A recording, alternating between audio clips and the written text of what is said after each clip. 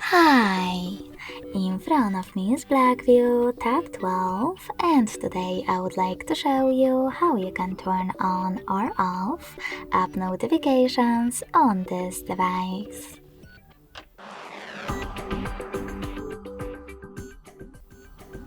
You need to begin by opening Devices Settings. In them, scroll down just a bit to access apps and notifications. Then tap on Notifications and click on the switcher next to one of your apps. You can access all of them by selecting See All from last 7 days. After tapping on the switcher to block notifications, you can click on the same one to enable them.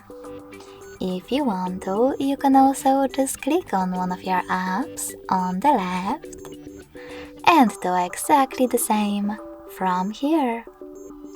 Thanks so much for watching. If you enjoyed this video, smash that like button, comment and subscribe. Bye!